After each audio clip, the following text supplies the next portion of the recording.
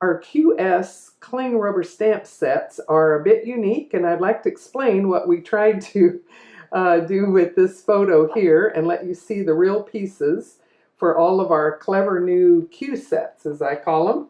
So here we have the cling rubber stamp set, and these are a little bit different in the way that we've done them. So the stamp itself comes on the carrier, but as you can see, when you take the stamp away, the images remain on the carrier, and the stamp now has a cling foam that will simply and cleanly adhere to your block.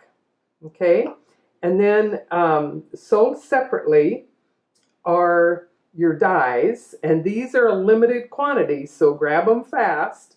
And as you can see in this case, they don't cut right up to the edge, but they give you that little perimeter all the way around. And basically you'll get 3 different dies. And this shape here will work for several of the messages.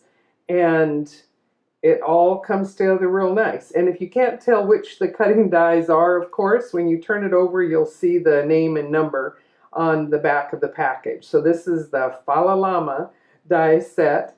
And the rubber stamp sets have a little bit different samples on the back of that.